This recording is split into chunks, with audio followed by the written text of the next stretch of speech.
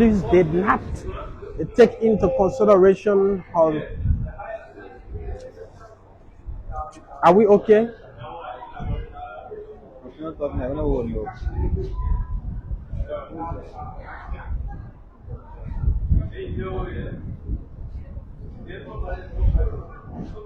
So the police did not take into consideration the information she provided that her home was being attacked by a unknown man. On February 8th, there was an attack on her home. Allegedly, on February 9th, there was another attack again.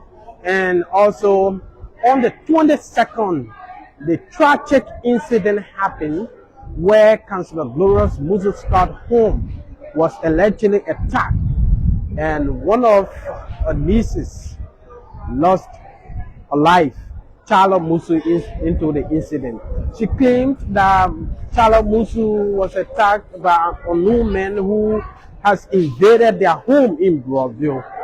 So the matter was reported, but before that time, she went at the home of the current Chief Justice of the Republic of Liberia, Young, to report the matter and also informing key government officials about the incident at her home. Since then, she was charged by the Liberia National Police with criminal conspiracy, murder, and providing false statement to state security officers. So we are here today. She was sentenced to, and she was held in confinement by the Liberia National Police and later on turned over to the court where she has been going through this horrific, memorable trial at the court here today. And many Liberians have been waiting for the outcome of this case. Today, we are here at the Supreme Court, and my team and myself, Nelson Cllr, my colleague, just joined us. He's also been following the case. We have our colleague, Aaron Talu, who is also in the courtroom. Aaron Talu continues to fill us in with information from in the courtroom. We saw this morning the arrival of former Senator of Monrovia County, Ibrahim Darius Delon, Mo Ali, and some key members of the opposition community that came to witness the case, and also former Associate Justice of the Republic of Liberia, Kabina Janet. They are all here in the courtroom on the side of the defendant. Nelson Cllr, welcome. Okay, so yes, thank you, Chokon. I think you said it right. Today is a very historic day in our country. A significant case of such nature is something that a lot of people are looking up to, because even the folks in the legal profession will always talk about something called a precedent case. This is one case where you see a high-profile a person, someone who has served this country for so many years in different capacities, from Chief Justice to Justice Minister to Senator, and all of that being in the middle of this case. Now you have a case with involving Councillor Gloria Musa's versus the Republic of Liberia. Of course, something that has to do with the death of Cllr Musa. And as you said rightly, Chokon, Cllr Musa, according to information that we have gathered from across, was read by Councillor Gloria Musa's card. She's in the African contest. We said she's a daughter of Councillor Gloria Musa's card because she was read by Councillor Gloria Musa's card. So how did this happen? How come Cllr Musa, Liberians woke up to the news of the gruesome murder of Cllr Musa or the death of Cllr Musa? This is something that everyone is concerned about. Liberians in and out of this country have been very much curious to know exactly as to what transpired, what happened. Was it premeditated? Is it something that was done on purpose? Did anybody intrude into the facility? There are lots of questions that are coming to the minds of Liberians with respect to this case involving Councillor Gloria Musa, or that has to do with the death of Cllr Musa. And so this is where we are. And just before coming in here at Chokon, as you know, I took up some time, went up there in the courtroom to be able to establish as to what was going on. And what I've gathered is that the judge at the court was able to give 1 hour 30 minutes to each of the sides to be able to make the case, and the defense lawyers were there. They were given 1 hour 30 minutes. They were able to make the case, and Councillor Jimmy Bongo, who is one of the defense lawyers or the defense counsel, he made the case. He put an argument with respect to the DNA, of the male DNA that was found as a result of the independent pathology autopsy that was conducted by the pathologist that the family brought into the country. So that was his argument. He put forth that argument before the judge, and after the 1 hour 30 minutes, there was another 1 hour 30 minutes allotted to the prosecution lawyers to provide reasons. And I sat in there patiently as I watched the Montserrado County Attorney, Councillor Alaji Sise. He thinks that the act was premeditated and was carried on by Councillor Gloria Musa and the rest of the family members who was in the house on the night of the incident. So this is a landmark case, like you said, and Liberians are just waiting to see what happens at the end of the day. He put an argument. He put forth an argument that has to do with the case having a political nature as well. He said that some of the family members, the way they proceeded with the different alarms that was being blown from one step to another, why the defendant lawyers were arguing that, look, the sequence of happenings and the alarms that were blown by Councillor Gloria Musa and the family is just sufficient to render them innocent. The defense of the state counsel, the state lawyers are arguing that, look, this is premeditated because Councillor Gloria Musa and the family, they took up time, according to what I heard from in there. They took up time, they reported those cases one after another because they already have something in mind. But at the end of the day, this is a case, as we will continue to say, that Liberians in and out of this country are following eagerly, because we have 15 men juror already on the panel. Of the 15 men, 12 persons will be going to the deliberation room, while 3 of the jurors will be reserved to be able to break the tie just in case there is a tie at the end of the day. So we have our man Chokon Talu in the courtroom. Aaron Talu in the courtroom. He's going to be providing more pieces of information. He's going to be giving us updates every single step along the way as we remain here right before the camera, and our man Jurassic Joe in the background, making sure that we bring the folks in and out of Liberia up to speed with all of the happenings with respect to this case, Councillor Gloria Musa versus the Republic of Liberia. Just before we go into other details, Chokon, sometimes it's so unpredictable how table turns, you know. Someone watching the days of Councillor Gloria Musa serving as Chief Justice, serving as Defense Minister, would not have imagined that today we'll have such a case where you have Councillor Gloria Musa versus the Republic of Liberia. Sure, you know, and this is so unpredictable how sometimes the table will just turn. Yeah, Nelson, like you said, I have been wondering that Liberia as a country, the stage that we are right now, to have the court where she once served, as in fact this entire court is on the judicial branch, and once you are Chief Justice, you are head of this entire branch. So serve as the head of this branch of government and being subjected to questioning or to the legal process by this, and Trevor is very interesting. We will at some point talk to some of the folks who are here as well, but it's very interesting because Councillor Gloria Musa serving as Chief Justice at the time, is like serving as the president of the country.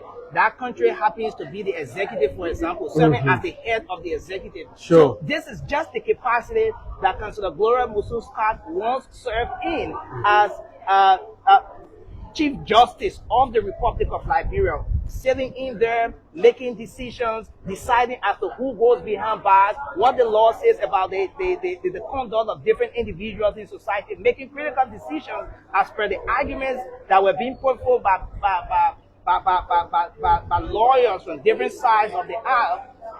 It's so unpredictable, and that's why Liberians are eager to know what the case is going to turn, how it's going to come to an end, what the final verdict will turn out to be. It's very interesting because the person who's involved with this case was once the head of this very judiciary branch of government, and now she's been in question. She's been that person who has been providing testimonies. She has a legal counsel that are also been providing reasons why they think this woman is innocent.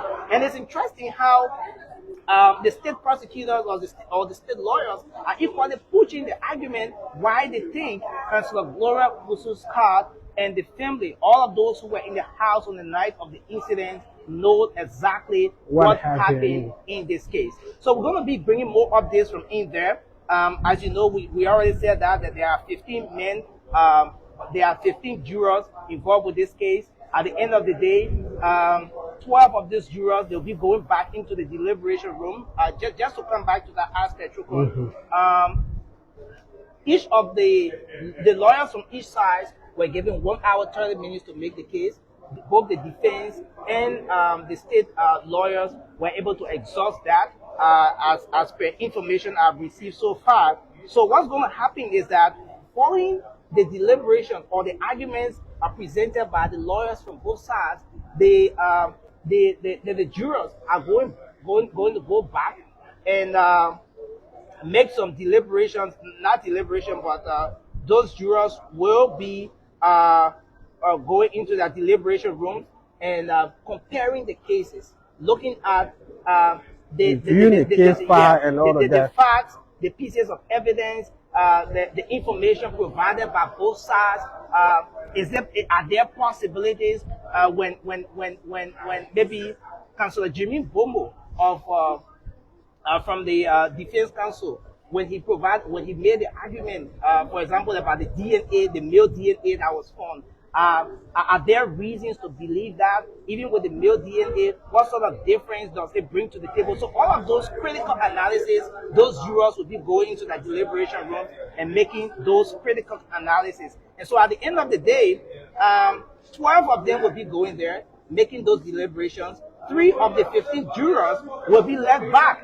Those 3 jurors, they have the term where they say reserved. They are reserved because there are possibilities that the 12 jurors may just go on separate sides. You may just have an equilibrium, a split, where 6 of the jurors may side with the defense argument, while 6 of the other jurors may side with the prosecution's argument.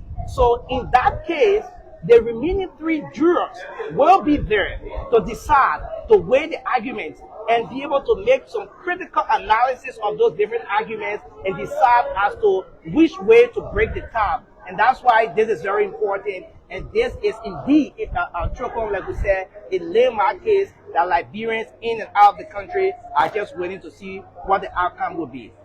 Yes, Nelson, like Aaron told us earlier on that Councillor Gloria Musa was in tears in the courtroom when the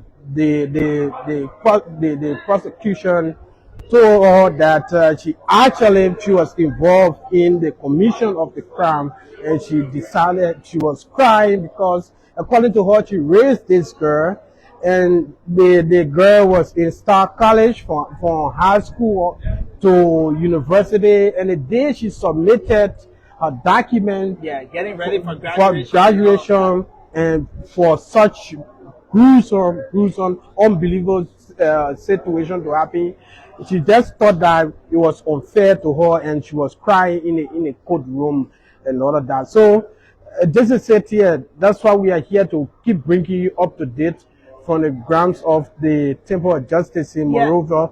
Nothing before the incident, Councillor Gloria Musa had earlier on registered to the Liberia National Police that there was two attempts, one on February 8th and one on February 9th. 2023 at a home before the February The- 22nd Yeah, the incident. 22nd incident that occurred. Yes, and so it's important, especially when you spoke of that aspect where Councillor Gloria Musu's card was in tears. I also saw something similar when Councillor Alaji Sese, the Council Attorney of Monrovia County, when he took the stand, to present the argument on behalf of the state. There was a point where he said, doing his own argument, there was a point where he said, on the night of the incident, there was noise from the house, and one of the security guards asked, "Oh, what's happening?" And one of the family members said that, "Oh, the girl." The girl misbehaved on the old man and stuff like that, and they beating her. She's very scared and stuff like that. And the moment he said that, the entire court went wild. And even the folks, the family members who are in the middle of this particular case, you could see some surprises on their faces, some expressions on their faces, indicating that what he said is far from what the reality is. And apparently, what he said did not happen at all. But again, at the end of the day, this is a landmark case. The jurors will be going to the deliberation rooms. What updates we're getting from the courtroom is that the Judge Willie, is now charging jurors to return to the deliberation room to come in due time. All right. So it means that the 1 hour 30 minutes provided by the both sides to make the arguments, it has been exhausted. So the jurors are now going into their deliberation rooms, and they're going to be making some very critical analysis of the case, critical analysis of the arguments are presented by both sides, and then we look forward to seeing what happens. But again, on the aspect where you spoke of Councillor Gloria Musu's card sharing tears, now you want to go back to the charges. You want to go back to the charges. This is a case involving a former Chief Justice, a former Justice Minister, and the Republic of Liberia versus the Republic of Liberia. And when you go back to the charges, you talk about the crimes of murder.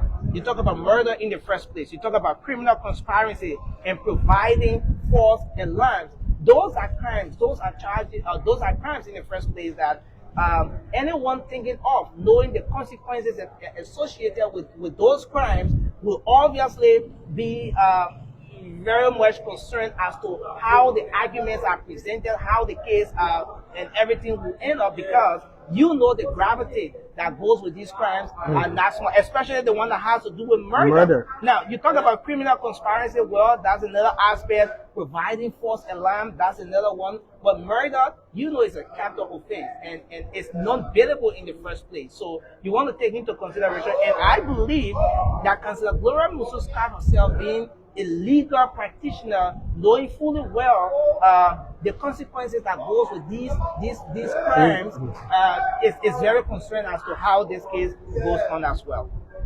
Yeah, Nelson. So, like you said earlier on, the three charges: criminal conspiracy, murder, and providing false statement. What you may know that when you are guilty of one of these crimes, you definitely fall short of all three, because let's take example of murder. If you are guilty of murder, it means that you conspire. Once you conspire, you provide false statement to state security officers. So definitely, when you are acquitted of one, it means that you will be acquitted of all three. If you are found guilty of one of the crimes, definitely you will be found guilty of all three. So that is it. Yeah. And it's very important. So we look forward to seeing what happens at the end of the day. Like you said, folks from different sides of the political divide are very, very much interested in the outcome of this particular case. high-profile individuals from high-profile individuals from the Unity Party, even from the opposition bloc, from the ruling From the ruling establishment, party. are equally concerned with respect to what happens at the end of the day. And this is a legal issue, right? This is a legal issue. But sitting in the courtroom for some time and Trokon, watching for myself, looking at the way the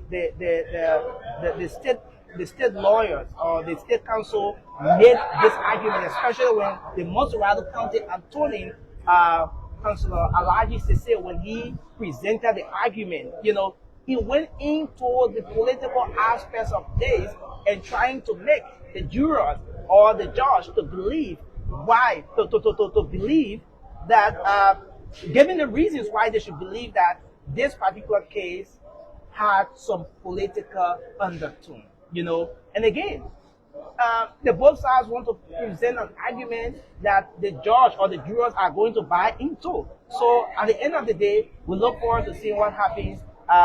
The jurors are now, as we speak, the jurors are in their deliberation room.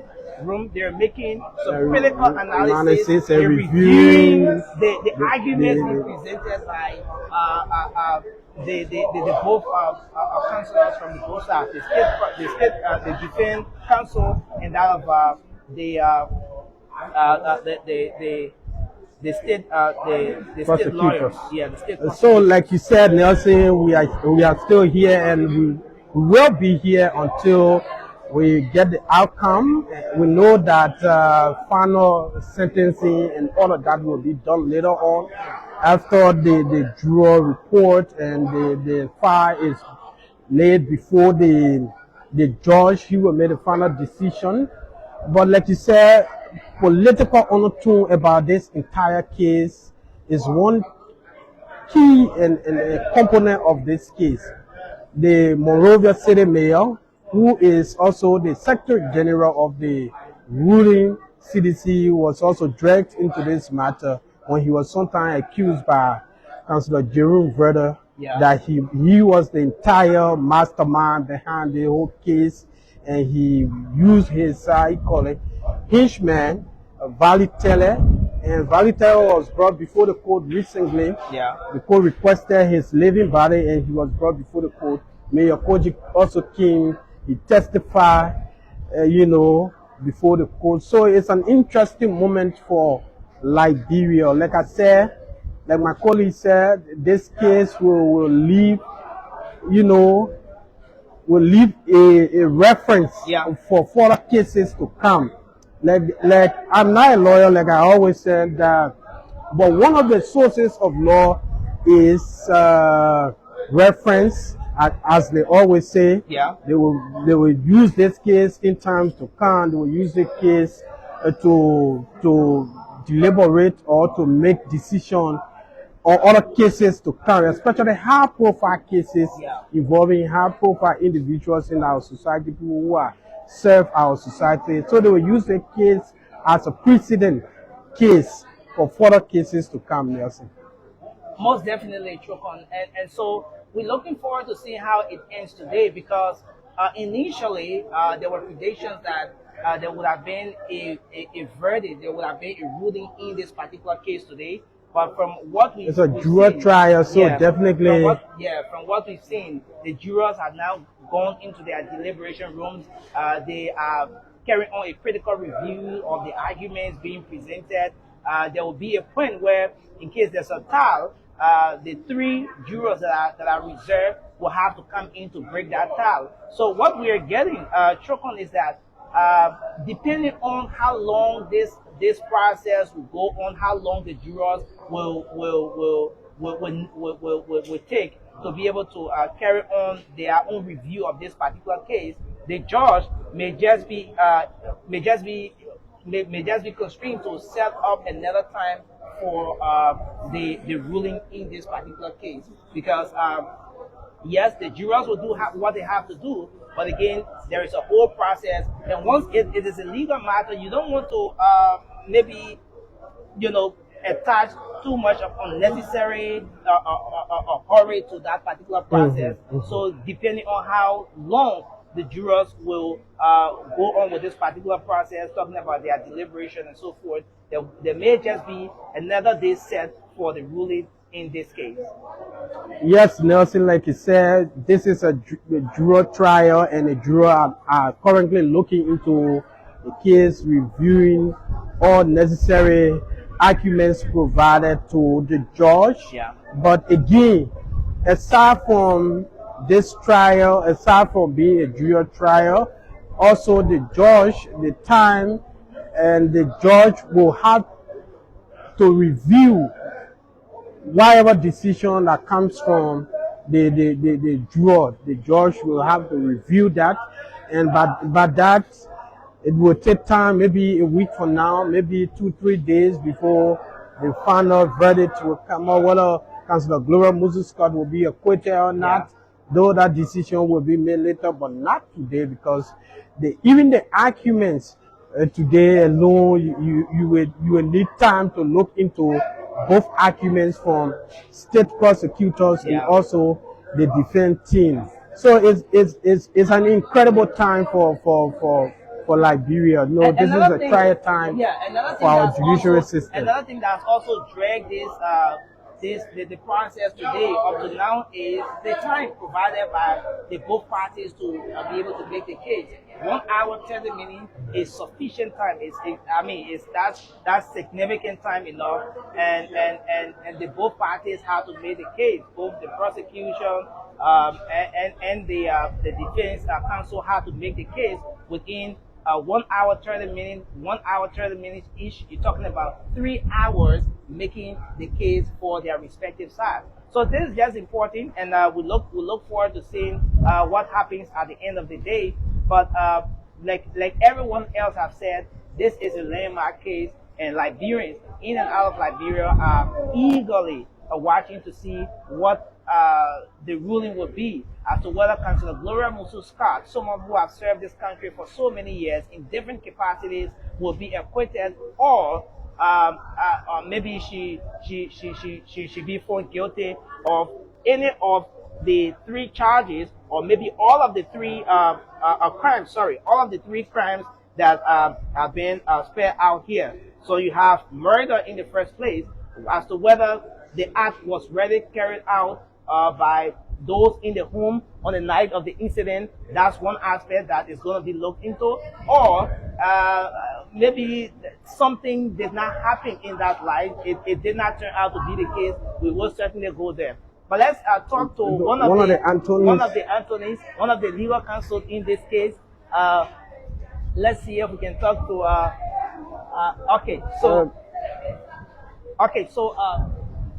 Anthony Jerry, we want to say counselor. Sorry, so we want to say welcome. Thanks for joining us here on Spoon TV. Sorry, maybe we'll have to just do this. I'm going to take you for a few minutes. Just a few minutes. So, sir, it's good to have you on Spoon TV. Thank you. Okay, so you want to give us an update. You are one of the lawyers from the defense arm presenting the case in this trial that's ongoing. You want to give us update? What exactly is going on? Where are we? Right now we are on the judge charge. We Okay. have concluded the arguments. We're given 1 hour 30 minutes each to argue our theory of the case. The both are arrested. In other words, we have concluded our arguments. So now, consistent with the practice of law, the judge will have to charge the jurors based upon the summary of the facts, all that happened, explain them and tell them what law apply to the situation and how they should rule when they go in the deliberation room. Okay. So at that stage we are now, the judge is just giving a charge, just reading a summary of what happened in the entire case. Because they are lay people, the jurors, they are judges of the facts, so they need to explain to them, because they are not lawyers, explain the facts to them, and then based upon that, these are the laws. In order to make a decision, you must apply this law. If this happens, apply this law. If this happens, apply this law. And then based upon that, they will now go into the room of deliberation and then come up with a verdict. Okay. So we're getting information that, and like you stated also, that the jurors they are going into the deliberation room now. But No, not now. I said the judge is giving his charge now. he's Thereafter, giving his charge. yeah. Okay. Thereafter, they will go in the deliberation room. Okay. So from the look of things, what do you think? Do you see the possibility of a ruling in this case today, or? Of course. It shouldn't be too long after the judge's charge is given to the juror. Okay. I don't believe it should take long to make a decision because basically they are going to vote based upon this. What happened? Do we agree? But there are three charges. Okay. Okay. Murder that one, criminal conspiracy that's the second one, and the last one is false report to police officer. So you have to make a decision on that. Each of them have to vote on each of the charges. Okay. Yeah. So based upon that, Like in the case of the councils from both sides, you were given 1 hour 30 minutes. Is there going to be a time frame for as to how long the jurors are going to be in there to carry on the deliberations and so No, it's not certain. It's not certain. But it's a kind of discussion thing. People have to convince their friends. People have to keep their position so that. Even though you have the leader that coordinate the activities, Okay. but it's in reasonable time. Even though I say there's no time frame, but that does not suggest that they should sleep over it. Okay. Because they have been following from the onset of this case to where we are now. So Okay. they should have to this level to some extent, form an opinion already. And so it shouldn't take them long to make a decision to know whether or not there was murder, whether or not there was criminal conspiracy, whether or not there was false report provided to police. Okay. That's not the case anyway. Okay. All right. So depending on the side, you said, I know you will say that, but again, The law is based on evidence. It's just a matter of evidence. People can just say things and they claim, that the court must be by evidence. If you look at the indictment, it's naked. Legally naked. There's no specific. Keep asking these questions. All the people they brought, police expert, who killed Musa? People can say have four. So everybody told them there. And according to the pathology report, he said the girl was stabbed 9 times at one place. Everybody taking it time by time. Imagine. To establish murder, you must link the suspect to the commission of the crime. That again is established. That's a guesswork. One of the major arguments that the defense counsel have been pushing is the establishment of a male DNA in this particular thing, contrary to the initial autopsy. That's one of the contradictions in the pathologist's report. And the law says what there is contradiction. In other words, it is doubt. Because all the juror is to do is to ensure where there is a reasonable doubt. The law says just a unit of doubt, a single doubt. The defendant should be acquitted, should be set free. So just as you mentioned, the pathology report, the prosecution pathology report said that the DNA he provided, that he took 23 samples, and it all showed to be female. But on the contrary, the pathology report, for which the very pathology who cannot do rebuttal, a friend, is that there was male DNA. Even though he said, oh yes, I saw it, but I felt it was manual contributor. So I disregarded it. How can you disregard it? Manual contributor, major contributor, all contributor. So, just a matter of guesswork as I see it, because it's unsupported by evidence. The law, especially when it comes to such a proceeding of high level, it's about certainty. It's about more than going to teach somebody in prison for the rest of their life. So it's not a joke. It's not a guesswork thing. When you say things, it should be supported. Okay, thank you. You are confident that your client will be acquitted? Oh, I'm very confident. Concerning the law, I'm very confident. If the jurors follow what the law requires, because it's not a guesswork. I keep saying that's one of the issues that report. Science is about also evidence. Not guesswork. Say I think. Not about I think. Science is evidence based. So he called Kim that Okoye from Nigeria of what for a 2-year experience and contradicted the report. And he acknowledged part of the thing the man said. That shows contradiction. A contradiction is a doubt. Now, at a point in this particular case, there was an issue raised, and this was brought to the attention of some of the folks involved, where Councillor Nyati was, at some point seem visible here during the late night hours. I mean, looking at the process from the very start to where we are now, what's your own evaluation of the process? Where the legal proceedings, you, the defense counsel, were you giving the fair share of the time to be able to, make your case and all of the different issues from the very start up to now? What's your own Well, I think the procedure was exhaustive, consistent with our practice in this country. There are some issues that we disagree with. And there's an allowance in the law where there is a disagreement. You go up to the Supreme Court for correction. We took the judge to the Supreme Court requiring the correction of the errors, or call it certiorari, because it may be decided by some of the issues. Some of the law, the judge may err. So, but there's an allowance in the law that it doesn't go free when you err. If they are justified to show that you err, you can take advantage of the statute controlling by asking the Supreme Court to correct his error while the trial is proceeding. So there are a whole lot of issues that were going up and down. At some point, the trial was stalled, but we're going to get that corrected. Okay. So, thanks a whole lot. It's been a great time talking to you. Any information you want to provide just before we leave you? Nothing more except that we should just remain patient. I can assure the people that consistent with what was provided, there's no case on the side of the government. They are withholding the wrong people. They are holding the wrong people. The actual perpetrators need to be followed up. They need to investigate to find out who were the actual perpetrators. Those people they had in the dock, those 4 defendants, they are innocent.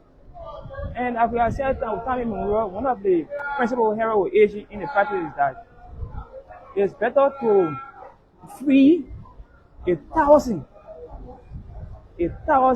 guilty men than to convict one innocent person. You have the wrong people in the place. They're going to put political points and other things. Okay, thanks a whole lot for talking to us, sir. Well, okay, so folks, you listen there. He's Counselor Jeremiah Samuel Dumont, of course, one of the defense counsel that's been making the case for Counselor Gloria Musa. He's been providing reasons along with other lawyers as to why Counselor Gloria Musa should not go behind bars. She should not be charged with murder, criminal conspiracy, or providing false alarm. And the counselor here, as you heard, says he's very confident, he's very sure, he's certain that Counselor Gloria Musa is going to be is going to be free today. Of course, once everything is done in best practice, in line with the law, in line with the pieces of information, the evidence provided before the court, he's so certain that Counselor Gloria Musa, the former Chief Justice, the former Justice Minister, the former Senator of the Republic of Liberia, will be walking out of this place a free person today. You listen to the counselor. So Anthony Nelson, what thrilled me was when he said, when the defense team asked who killed Cllr Musa. Yeah. This is a question that the prosecutors, they are yet to answer. Who killed Cllr Musa? He says Cllr Musa was stabbed 9 times. Who did the stabbing? Who specifically carried on the act? Whose DNA that you saw into this entire process? Who did the killing of this young woman?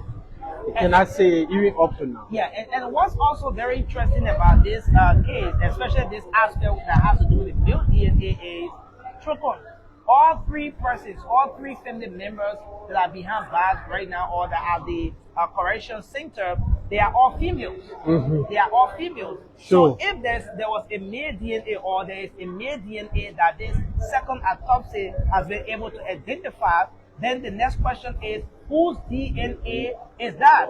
Because it's not possible to have a female or a male DNA in a situation where there were all females involved in the house that night, on the night of the incident. And so these are some of the grounds on which the defense counsel are saying that, look, they are certain, they are very sure that the arguments being presented here today is going to serve as a part or as the reason why Councillor Gloria Musa's card will be set free today. And one of the things he also said, Nelson, he mentioned that doing the report from Dr. Benedict Cllr, the pathologist, the Liberian pathologist, revealed that there was minor errors, like identifying the male DNA, but he did not include that in his report.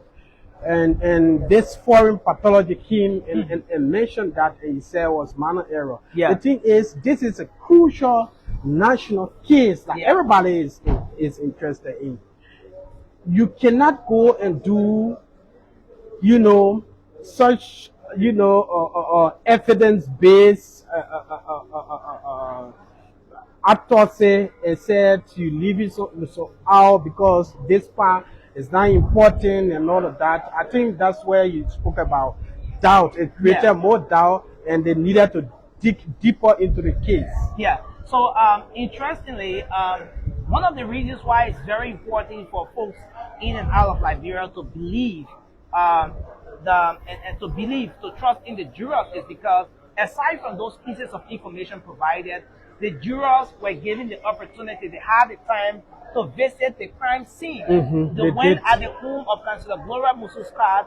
They were able to look at all of the areas that that Councillor Gloria Musa's card and her family alarmed about. They toured the home, they toured the facility, they were able to see all of the points. So that is also very important. It's a very significant point that's going to inform the jurors, aside from what the defense and prosecution counsels are saying. This is going to be one of the areas where the defense, the 15 jurors are going to be making some critical decisions too as to what what are the possibilities of the arguments being provided, because they saw for themselves the crime scene. They are going to make their own analysis of everything they saw, comparing it to the information provided by both the defense and the prosecution counsel, and then they're going to be making some very, very critical decisions from there. Now, the next thing is, Chokon, you heard one of the defense counsels here, when he spoke of the possibility of a final ruling in this case today. Yeah, the possibility of a final ruling in this case today. So yes, the judge is now in the process of advising the jurors what to look at. Since in fact they are not legal practitioners, they are not lawyers, they are laymen, but they are going to be using their common sense to make analysis of this issue. The judge is advising them. Thereafter, they're going to be going into the deliberation room. They are going to be deciding based on the pieces of information. So there are possibilities of a final ruling, in this case today. There are possibilities of one side rejoicing while the other side being so sad, based on how well they presented, both parties have presented their case today before the jurors, before the judges and everything. So Liberians are looking forward to seeing how that turns out. Everybody looking forward to see what will happen here today. History will be made.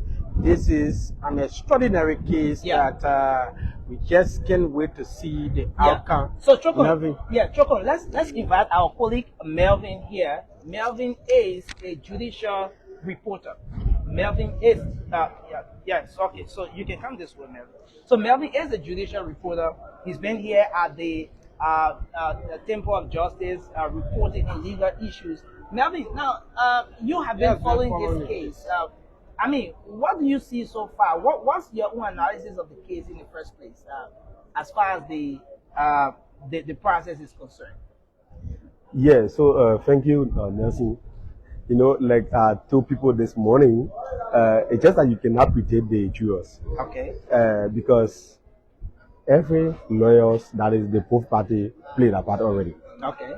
Because the argument is meant to break it down now in a way that you think the Jews will understand it. Okay. So you saw the defense did theirs, and then you have also the prosecution doing theirs and as well. So with that, the US are now left between the censor to court the family. So they are the one holding the censor now.